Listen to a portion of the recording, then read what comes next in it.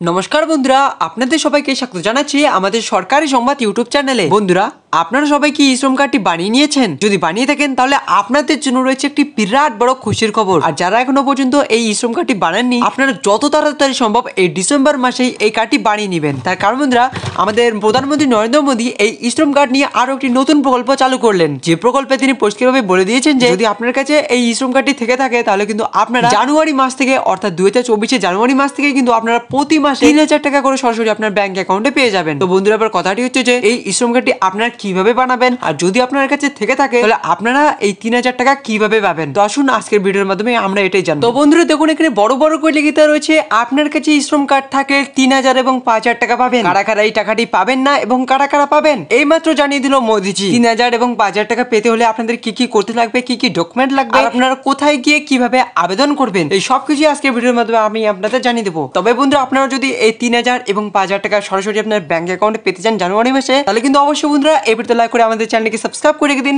এরকমই গুরুত্বপূর্ণ video daily পাওয়ার জন্য। তো বন্ধুরা, সবার প্রথমে আমরা জানবো যে এই টাকাটি কারা কারা পাবে। তো দেখুন বন্ধুরা, এখানে পরিষ্কারভাবে লিখিত রয়েছে এই 3000 এবং 5000 টাকা যাদেরকে দেওয়া হবে তারা হলেন কৃষক, শাক সবজি, ফল বিক্রেতা, পরিযায়ী শ্রমিক, অটো রিক্সা চালক, খবরের কাগজ বিক্রেতা, বিড়ি শ্রমিক, আশাকর্মী, নাপিত, গৃহ পরিচারিকা, জেলে ইটভাটা শ্রমিক, গৃহকর্মী, ধাত্রী বা দায়ী, সুতার মিস্ত্রি, লেদার শ্রমিক, নির্মাণ শ্রমিক, লবণ শিল্প এবং চামড়া শিল্প। তো বন্ধুরা, মোট কথাটি হচ্ছে যে যারা গরিব খেটে খাওয়া মানুষ তাদেরকেই একমাত্র এই টাকাটি দেওয়া হয়ে থাকে।